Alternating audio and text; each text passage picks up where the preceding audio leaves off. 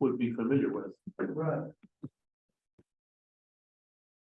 Okay, folks, we're technically back up in the air here and we're ready to go.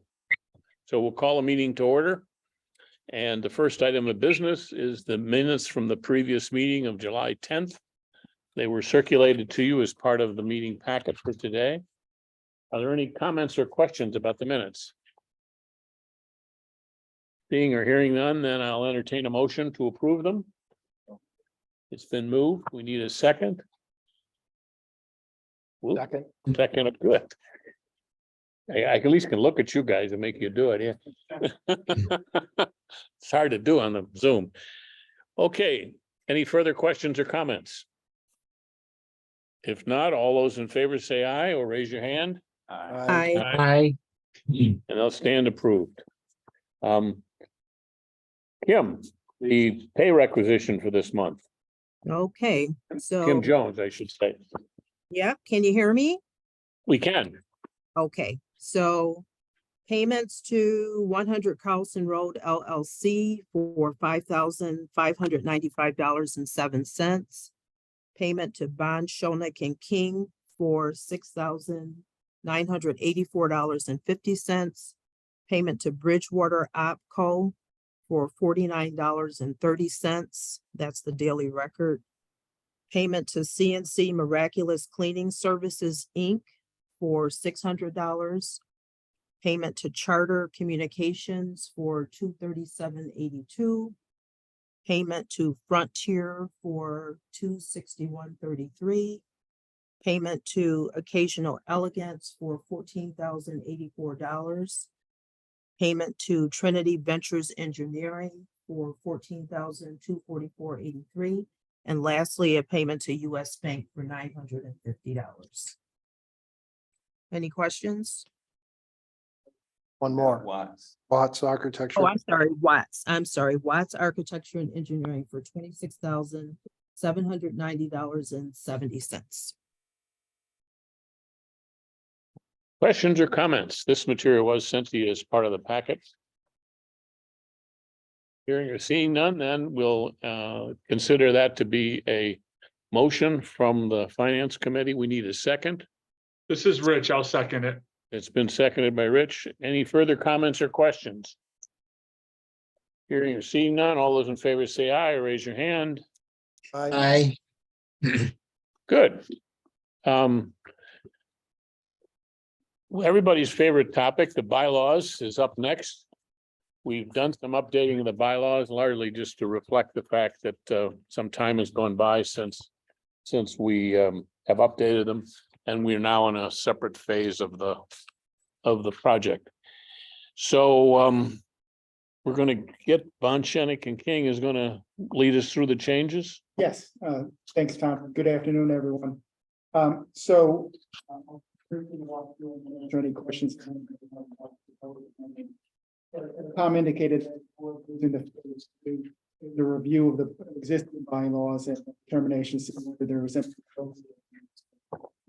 some introduce phase 3. So if we start on Article 1, it essentially just in phase 3, additional phase 3, so no. Article 2 section 1 deals with members, and the essential change is to move the 3-year term on. They're still subject to the authority of the approval, the removal at any time. The appointing authority, either mayor, the superintendent, with regard to the joint member, both this mayor and superintendent, and just reflecting the composition of the board, some removing the reference to charter members. I think it was a phrase used when there was a reconstitution of the board as we went from phase 1 to phase 2. And that keeps some continuity and institutional knowledge with regard to the board. As a practical matter, it's the way we've been operating in any case. Yeah. Article 2, Section 2 This just clarifies situations when lack of notice of a meeting can be waived by a member. You know, if they sign a waiver or if they show up at a meeting and don't raise an objection. But section 2, section 3, just clarifies that member voting, abstaining from voting on matters where there's a conflict of interest. And then with regard to section 2, that which is business, how the court has been operating for that. So it's just a clarification of that order of business. Provides written materials within 48 hours. And I think and then just the last paragraph in that section is that the board meetings operate pursuant to the open, which it has been. So just a clarification of that. And then Article 3, Section 3 references additional personnel, and it's just conforming the bylaws to the legislation, where the legislation allows the hiring of an executive director, as well as taking other actions to properly effectuate their duties and functions. And then the minor other ones you see are really just typos or cleanup type provisions. If anybody has any questions, I'd be happy to answer.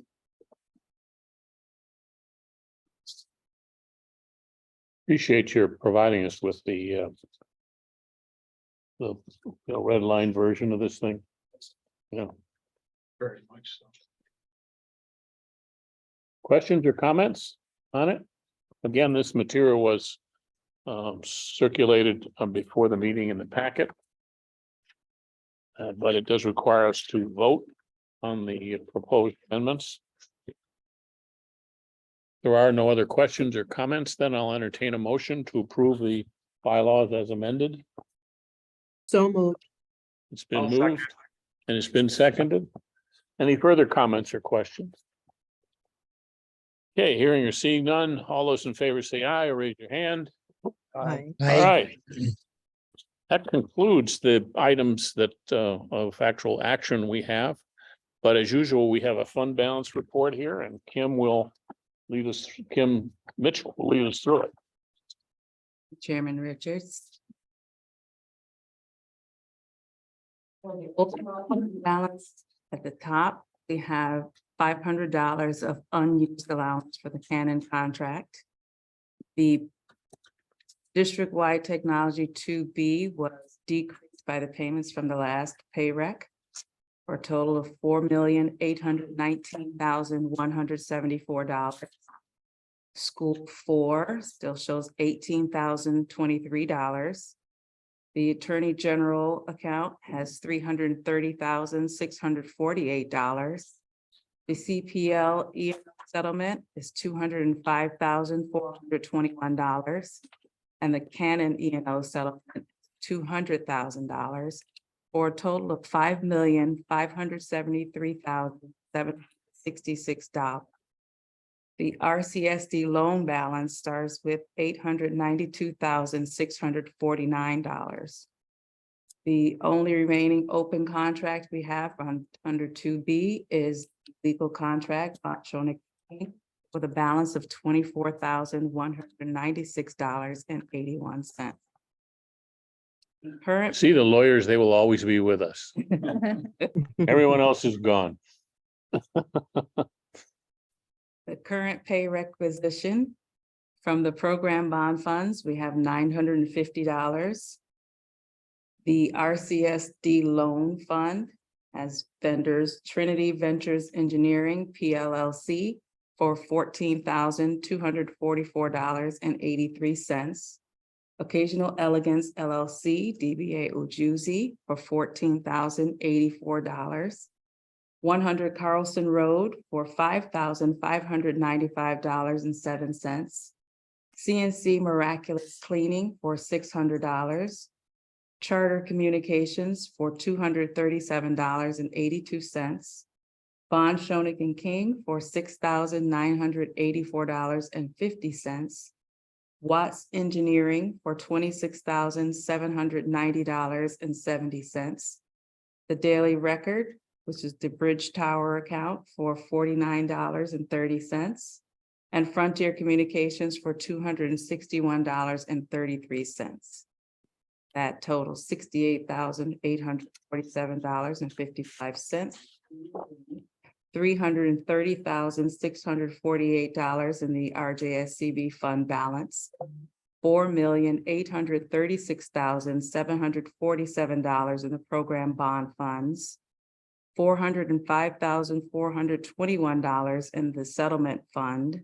The combined balance for that is $5,572,816. And the RCSD loan balance, $23,802. Yeah, looking at the top in the overall fund balance, the largest number here. That's most of that is money that is part of phase 2 and will disappear into, or go away rather, in terms of the accessibility and our reporting of it as those particular contracts are closed out. And we're done with all of the work there now, that the settlement for Canon. So as the district works their way through closing out these contracts, you see these numbers disappear. With the exception of the Attorney General settlement, which is money that will be retained by this board. The rest of the items on there are all items that will eventually be extinguished, and whatever net number is left when it's all said and done will be used to pay down the loan balance. But again, that'll be administered by the district, and you should see these numbers slowly go down and disappear as they close things out. Okay, questions or comments on this? Thank you. Some items of interest and status of things. The Watts update. Watts, it's the company that we've hired on an interim basis here to get the planning process underway. I'm pleased to say that they and the district have produced a preliminary plan for the portion of it that other than the finance portion of it and the detailed estimate portion of it. And that's going to be shared with SCB now and dealt with hopefully in a meeting this Wednesday. So we made some progress there.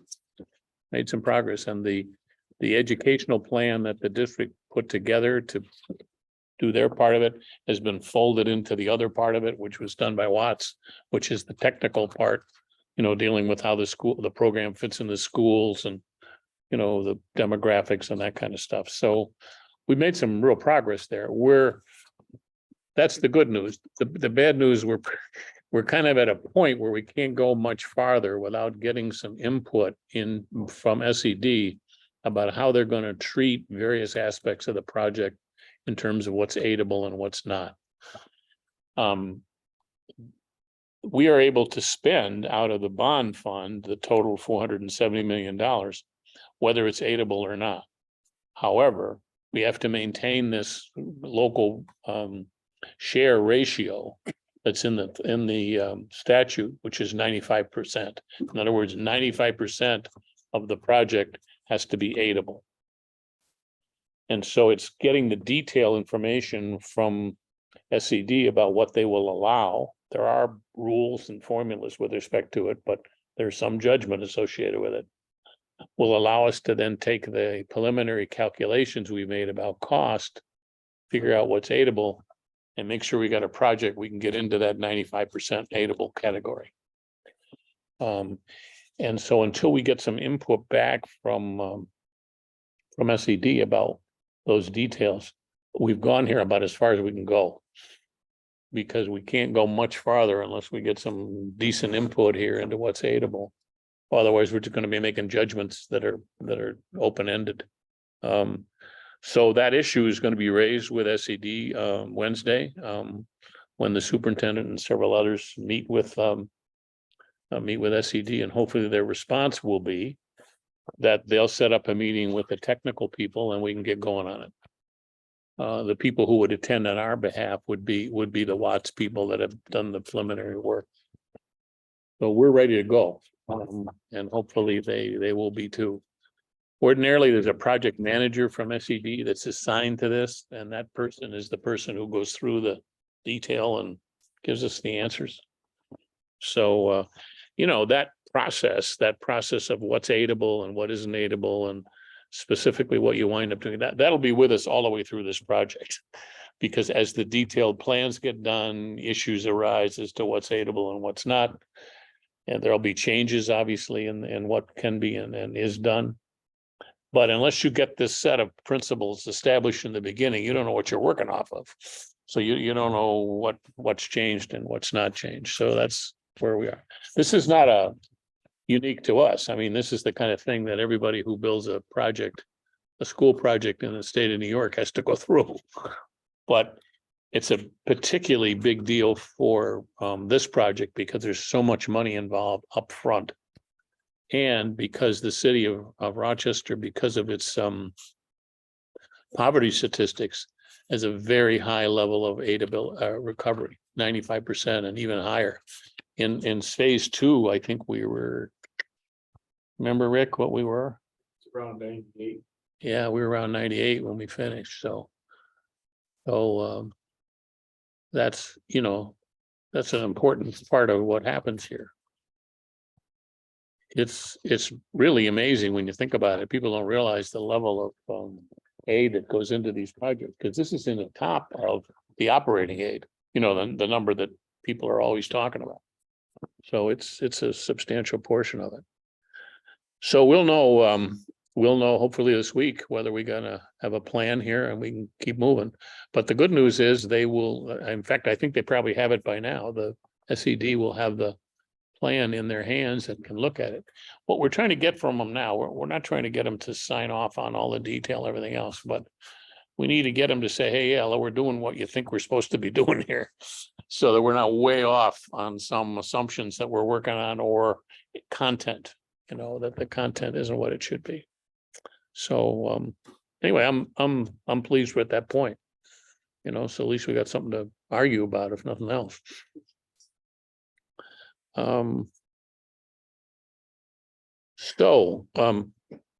Program manager, what we're doing on program managers, we're working on getting the contract in place. That requires some further negotiation, obviously, and that's underway now. The independent compliance officer, Jesse, you want to say anything about that? We've received 4 proposals. And we've set out some preliminary dates for our action on it. We're looking at the 23rd. All of the committee have submitted their proposals and get those consolidated and you at the same time. I'm sorry. The committee also will be submitting recommended questions so they can review. We will validate all of that stuff in the terms. And on the 25th of August, committee will be meeting again to discuss the proposal, review the firm. Will be invited to interview and to discuss those questions that we haven't found, and be able to do it similar to the program review. The recommended date for interviews is September 6th, and we would like to begin around 9 a.m. If there's any issues with that date, we recommend the backup date for September 7th. And we propose to the interview team will meet after the interviews and have completed to prepare a recommendation for the board meeting on September 11th. Okay, great. again, if any of the members of the board who aren't on the committee who've been working on this, would like to participate, you're welcome to participate. Kim, maybe we could make sure we send that. Have we sent the stuff out to all the board members or just the committee? Just Maybe we could send it to the rest of the board members, so we remind them of the availability of it. You guys will be glad when we get this process behind us, since this has turned into a permanent committee. But I appreciate it. Also, I appreciate the fact you've done some work on it. It's clearly important that we get this right, so. Right. So I appreciate you spending the time and effort on it. Okay. Other items to come before us. I don't have any myself. Anybody else? Anybody on the wire here? Hearing or seeing none, then we'll stand adjourned until next month. Good, thank Right, you. thanks, everyone. Mhm. Thank you, Chairman. Thank you. Thank you. Thank you, Chairman Richards. Thank you. Okay.